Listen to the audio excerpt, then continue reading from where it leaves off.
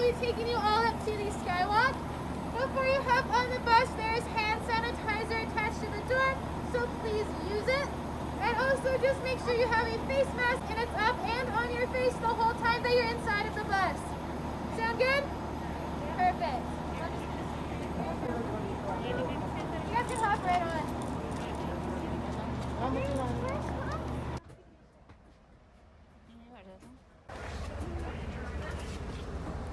Safety announcement. Just at the back of the bus up on the roof, there's an emergency exit hatch, and there are emergency exit windows on both sides of the bus. Up in this overhead compartment, it's the first one, it's got that bright red sticker. There are 2 first aid kits in there in case there's an emergency. Right underneath that is a lovely first row of seats, and underneath those there's a fire extinguisher. So let me know if you need either of those things. Of course, let me know if there's any emergency. As I back up, I'm going to be silent for safety, and then we'll start the tour once we're under that green bridge right there. Does that sound good? Yeah. Perfect.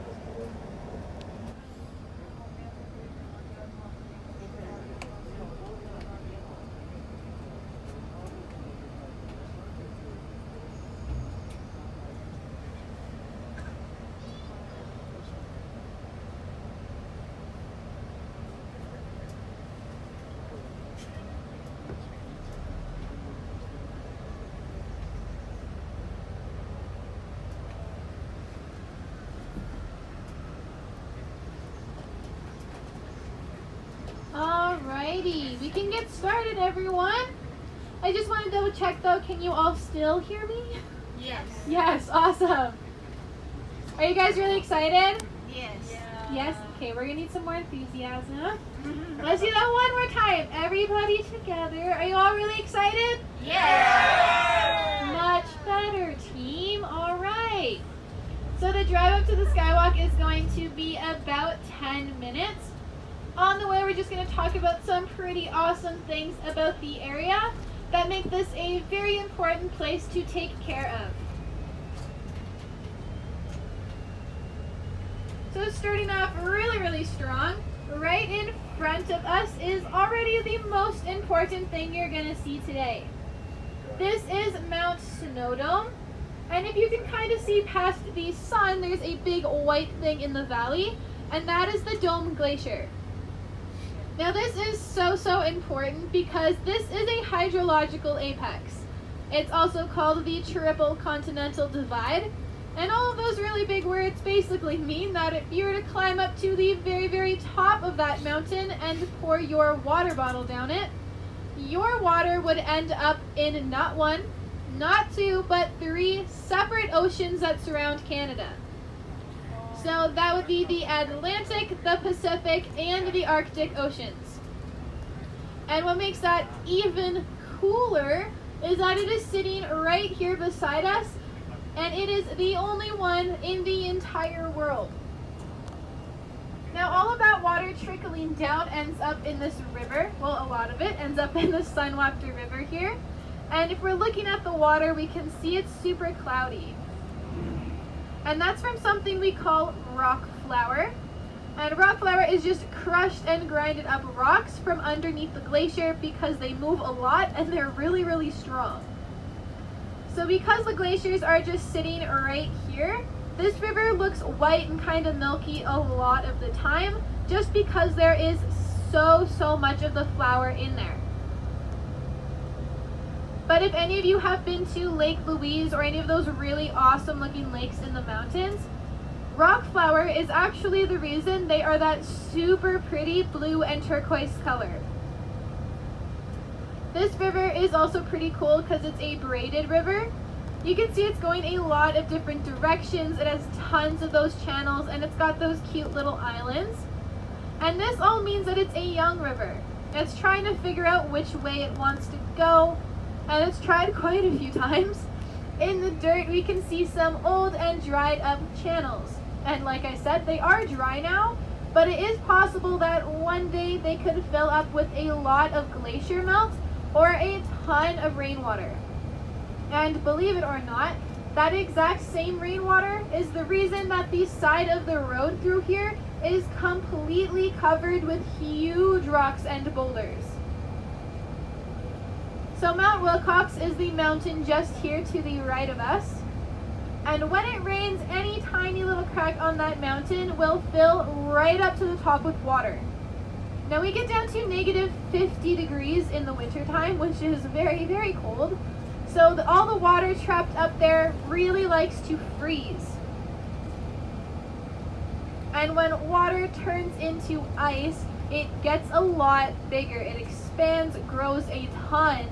So that actually shoves around the rocks up there on the mountain, and that makes them really, really loose. So eventually, when that ice melts, that means it will not be holding the rock anymore. And since it's already loose, it can actually end up shooting off of that mountain at 200 kilometers an hour. And this all sounds very, very scary, but I promise that we are perfectly safe to drive through here.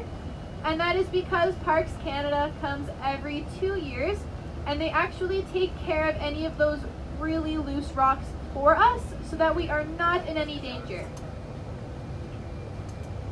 But that's called a freeze and thaw cycle that makes those rocks kind of want to jump out.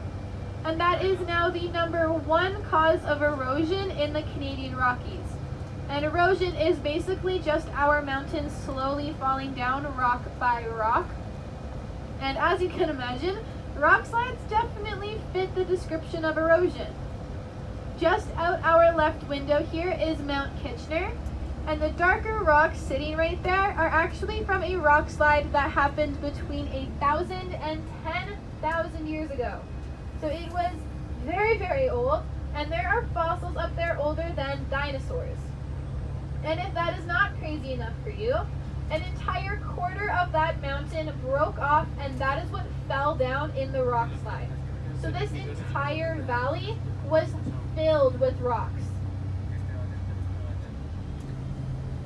Even the little Sunwapta River we were talking about would have been cut off, dammed off, and it would have turned into a lake. And it was like that for a really, really long time, until eventually there was just too much water for all of those rocks, and it broke through, and that created the Sunwapta Canyon. And that is the canyon you all are going to be looking straight down at today while you're at the Skywalk. And you'll be looking straight down 280 meters, or about 920 feet. Is anyone scared of heights? Kind of. I heard a lot of nervous chuckles. We're gonna conquer some fears today. We got you. I can reassure you guys, but first I'm going to lift up my tires. So you're gonna hear a pretty loud beeping sound, but that's perfectly normal and it's fine. So that glass can actually hold our entire fleet of ice explorers. So those buses are a lot bigger than this one. They're each about 3 tons. The tires are the exact same height that I am, and the glass can hold 21 of those. So you guys are good, I promise. And just as we're pulling in here, if everyone could just take a look around, make sure you have all of your personal belongings with you. That would be fantastic. I might not be driving you guys again tonight because buses come up here every 15 minutes to pick you up, so it's unlikely it will be me. And you can explore here on your own, or we do have guided audio tours that come in 5 different languages. And they are completely free to you guys, so make sure you grab one of those if you are interested. And also just have your tickets ready, handy to go, because Simon there is going to scan them for you guys. And just as we are stopping here, I will hop out first, grab the door for everyone, and then you can follow me straight out after. Thank you.